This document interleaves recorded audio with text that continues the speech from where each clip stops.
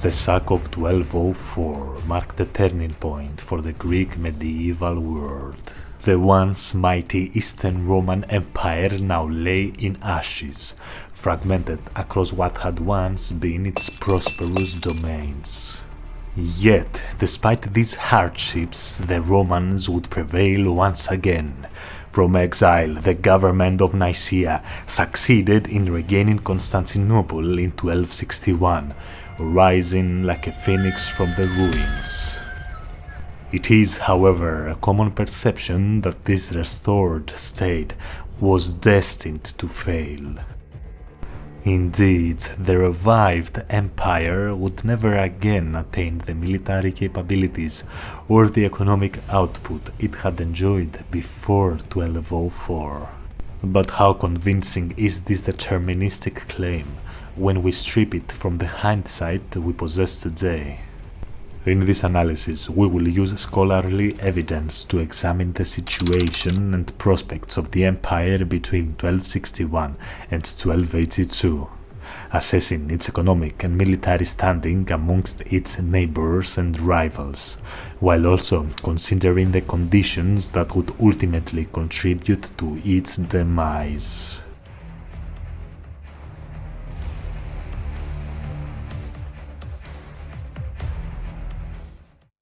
Michael VIII Palaiologos was the emperor in charge of the so-called Empire of Nicaea when the Romans retook Constantinople. Despite this achievement, his unethical rise to the throne would make the emperor deeply unpopular. Michael was an aristocrat who began his military career as a governor in the European parts of the Nicaean domains. From early on, he was accused of treason against John Vatatzis, the reigning emperor, yet he managed to escape those charges. Later, in 1256, he fought in the service of the Seljuk Sultan Kaikous II against the Mongols and some Turkish usurpers. Returning to Nicaea after the death of Emperor Theodore II Laskaris, Michael used his military expertise and political capital to establish himself first as guardian in 1258 and later as co-emperor of the deceased emperor's son, John IV Laskaris, in 1259. That same year saw one of the most important battles of the era, the Battle of Pelagonia. The Romans defeated a joint Epirot and Latin army in a decisive engagement, laying the groundwork for the reconquest of Constantinople just 2 years later. This victory marked a turning point of the Greek world as a whole, as the empire stood united once again. Soon after the capture of Constantinople, however, Michael committed the first great sin of his reign, the blinding of his co-emperor, the young John Laskaris. When news of his act reached the public, it sparked a profound societal and ecclesiastical backlash, culminating in a movement led by Patriarch Arsenios against Michael. Nevertheless, after becoming sole emperor, Michael immediately set about implementing radical reforms and pursuing bold external policies. He led the effort to repopulate Constantinople, whose population stood at only around 35,000 in 1261. Imperial policies succeeded in raising this number to approximately 70,000 by the end of his reign, alongside the renovation of churches and public buildings. At the same time, in order to conduct offensive campaigns both on land and at sea, the emperor created 4 new military divisions. The Thelimatari were the most obscure of these formations. These were soldiers who had already proven their worth under Alexios Strategopoulos during the recapture of Constantinople and were rewarded with hereditary lands in and around the capital. The role of the Ghazmouli was more clear-cut, men of mixed Greek and Latin origin living around Constantinople, whom the emperor employed as mercenaries to man his fleets. The navy also relied on the Tsakones, a group originating from the eastern Peloponnese. Their name could denote either their Laconian origin, Tsakonia, or their engagement in paramilitary activities. Finally, the navy required rowers, whose ranks were filled by the proselytes. In stark similarity to the oarsmen of ancient Athenian fleets, the proselytes were free men, organized in communities with estates in Limnos, the Strymon region and the Cassandra Peninsula. Imperial forces were further supplemented by foreign mercenary contingents and allies. On land, these mercenaries consisted mainly of Cumans, a steppe people from north of the Danube, with a long and turbulent history of conflict with the Romans, and Turkish contingents referred to in traditional Roman anachronism as the Persikon.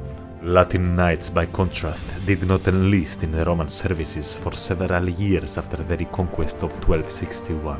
Among allied forces, Michael began his reign in alliance with the Genoese, who provided part of their skilled navy.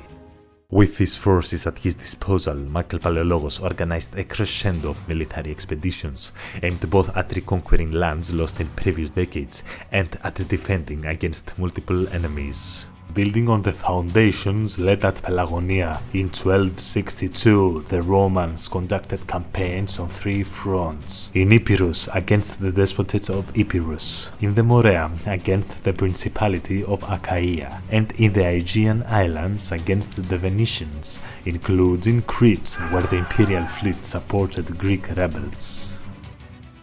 However, all of this effort failed. That same year, a Bulgarian invasion prompted a Roman counterattack that captured Philippopolis, Mesembria, and Anchialos.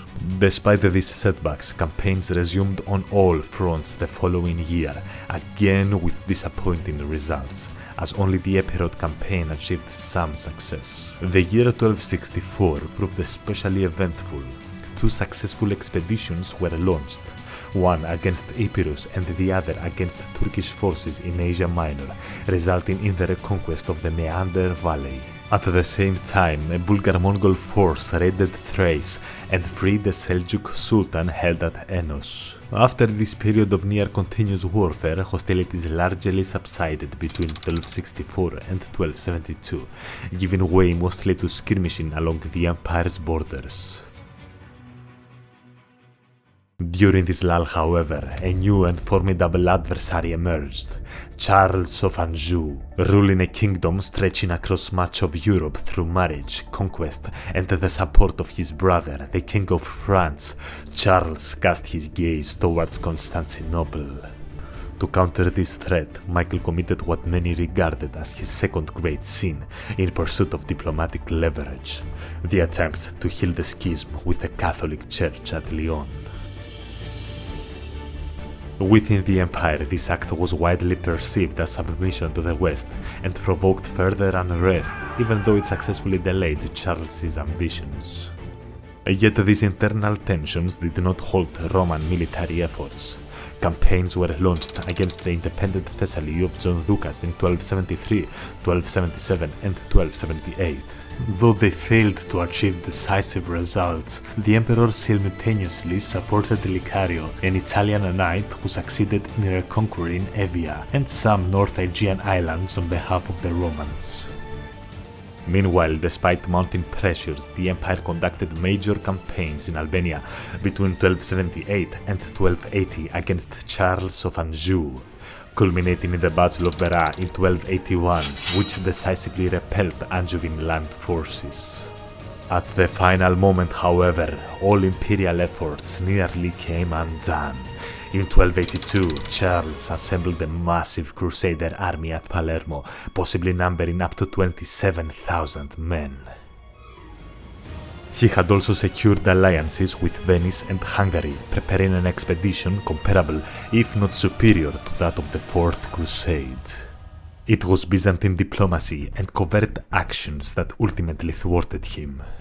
With the support of the Kingdom of Aragon and the people of Sicily, the Romans helped ignite the Sicilian Vespers, beginning in Palermo, Charles's power base. The uprising resulted in the massacre of his forces and extinguished his ambitions of eastern conquest. Shortly thereafter, in 1282, Michael VIII died, leaving the empire to his son Andronikos Palaiologos and a legacy marked by struggle, achievement, and enduring controversy.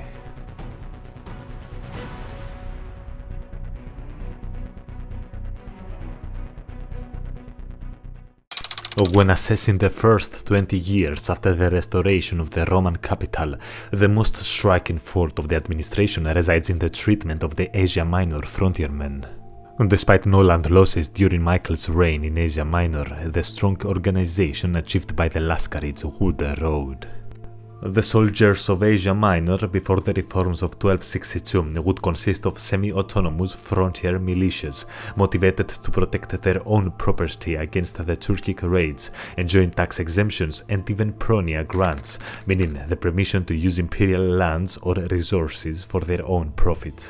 These agreements would come to an abrupt end in 1262, with a catalyst being the blinding of the young John Lascaris. With his cold-blooded act, Michael permanently alienated the Asia Minor warrior class, which had prospered under the Lascarids.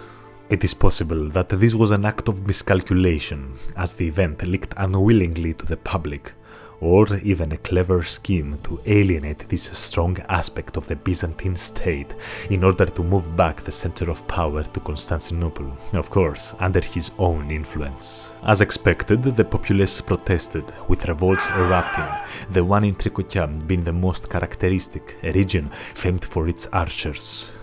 In order to deal with this new situation, the emperor dispatched Chadinos, a trusted court official, to enact harsh reforms. The landholder soldiers would now be forced to join as conscripts in the imperial army, joining even in the European campaigns. Their landholdings would be reduced and their pronias reassessed.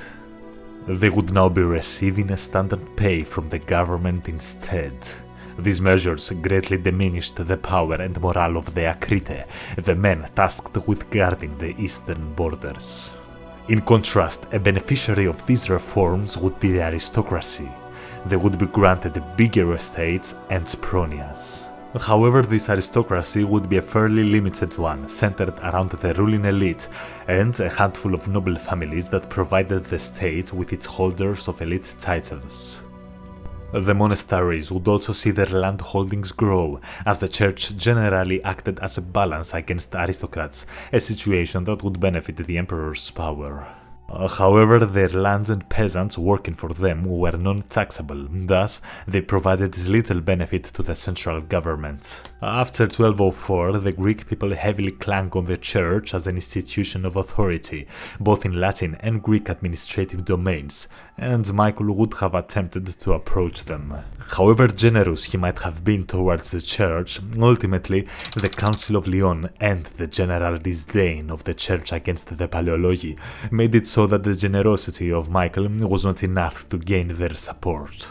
Additionally, the empire conducted a series of failed campaigns in the beginning of Michael's reign, with heavy losses and monetary costs. Foreign mercenaries would be expensive to hire, and native troops would consist of men from Asia Minor, between others, leaving the region partially defenseless. On top of this, many of the failed expeditions were conducted against inferior enemy numbers, like was the case against the Principality of Achaia or Epirus, signifying either a qualitative disadvantage or a loose control over those troops. One more key point to be mentioned during Michael's rule would be the trade privileges granted to the Genoese, as it was under his rule that they established their bases in Phocaea and the Galata. Coupled with a strong Venetian presence in the Aegean, the two maritime republics competed against one another for control over the trade routes connecting Europe to the Far East through Crimea. This competition would lead both republics to increase their strength in the region, as the empire failed to capitalize on their conflicts. All in all, the empire's foundations at the end of Michael's rule would have been shaken. The imperial elite would have alienated a big part of the populace, as the emperor chose to focus on the European side of his domains and destroy the power of the soldiers that were still loyal to the Lascarid regime. The failure of the external campaigns and the encroachment of Venice and Genoa would further endanger the imperial standing.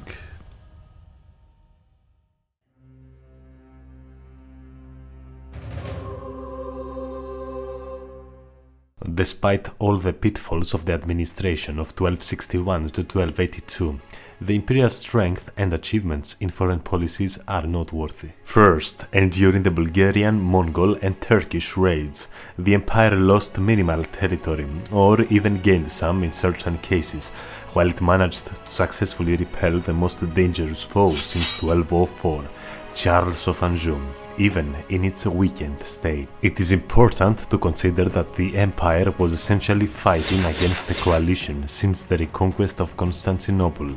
The event shook the Catholic world, starting from the Pope up to the leaders of other Catholic states of the era, while neither of the other Balkan leaders welcomed the reconquests. Against this myriad of enemies, offensive campaigns were organized at an unprecedented rate.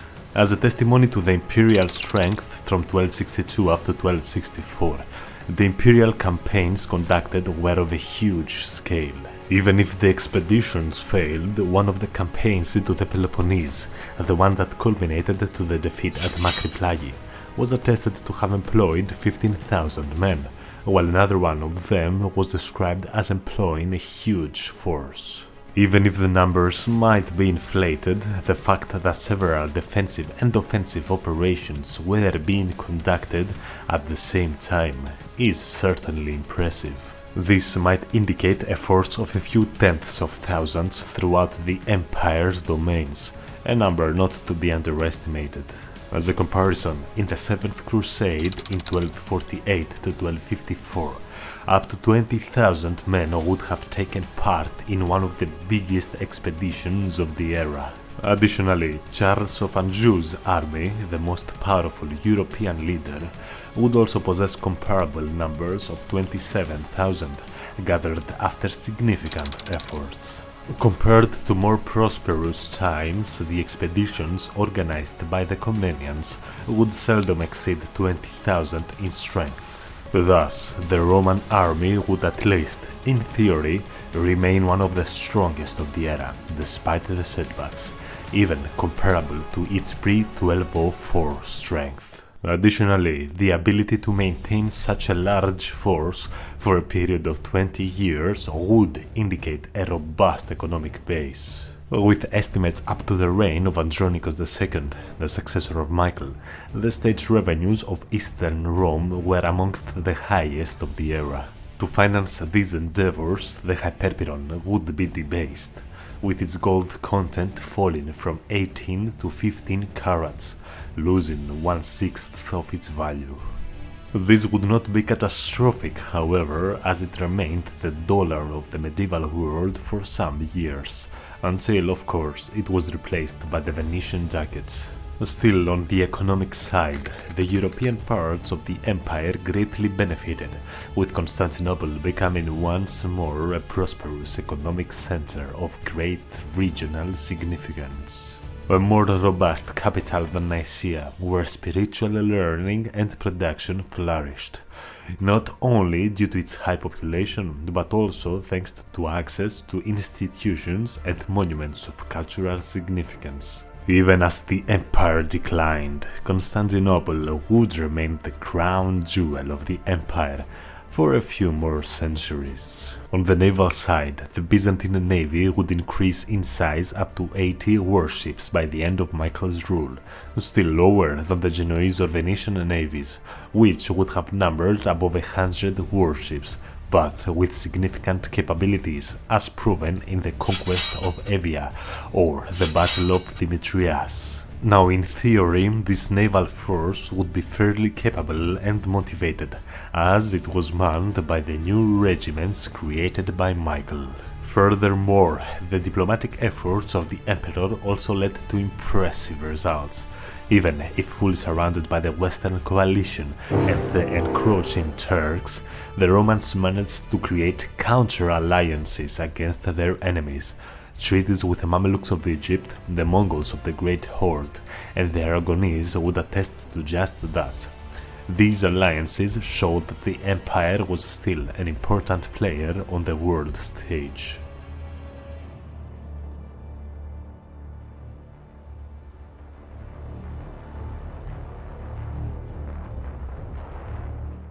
Judging the reign of Michael from a macroscopical perspective, several assumptions can be deduced. Byzantium was certainly capable of conducting military operations of a huge scale, both on land and sea, even simultaneously. This was the case for 20 whole years. Even if impressive, the quality of those operations would be questionable. The emperor and the high aristocracy would cut themselves off of a big part of the society while strengthening their own position. This situation would be worse in Asia Minor. The restored capital would once again be an epicenter of culture and a seat of power. Greeks from regions outside the empire were usually willing to make efforts to join it, as is the case of Crete or Evia, while others would try to separate themselves. This might have to do with the taxation levels or the local history of imperial rule. Renewal of the navy, greatly based on local forces but still not much in Venetian or Genoese strength. Great diplomatic and spy network around the Mediterranean. Trade concessions would weaken income in the long run. All in all, the empire would still be powerful, not just a shell of its former self, but a local superpower. It managed to avoid its destruction by external enemies, but not really expand against them. The sins of the emperor divided the empire in a way that would alienate Asia Minor forever, while the heavy expenses on the army and the navy might have halted the state back as they led to nothing substantial. A better allocation of resources or even an internal change of power balance would provide a solution to these problems. The aggressive decisions made by Michael externally might have been wise strategically, but proved poor in hindsight. Internally, a leader of the likes of Lascaris could have helped maintain the relations established with the frontier soldiers and safeguard the empire. The internal decisions of Michael against Asia Minor are not fully unjustified. Since the European parts had been conquered by the Empire of Nicaea without much fighting, they would have bigger leverage when negotiating internal policies, causing the emperor to show favoritism towards them. Generally speaking, the empire had been through similar situations and had always found a way back. This was usually achieved through a change of leadership, a change that would renew its elite and organization. The usurpations by Heraclius and the Komnenians are great examples of this. Michael was a usurper himself after all, just not the right one. Even though he managed to restore the empire and save it from destruction, his and his family's policies in the long term, coupled with several misfortunes, would eventually lead to the empire's fall 170 years after the end of his rule.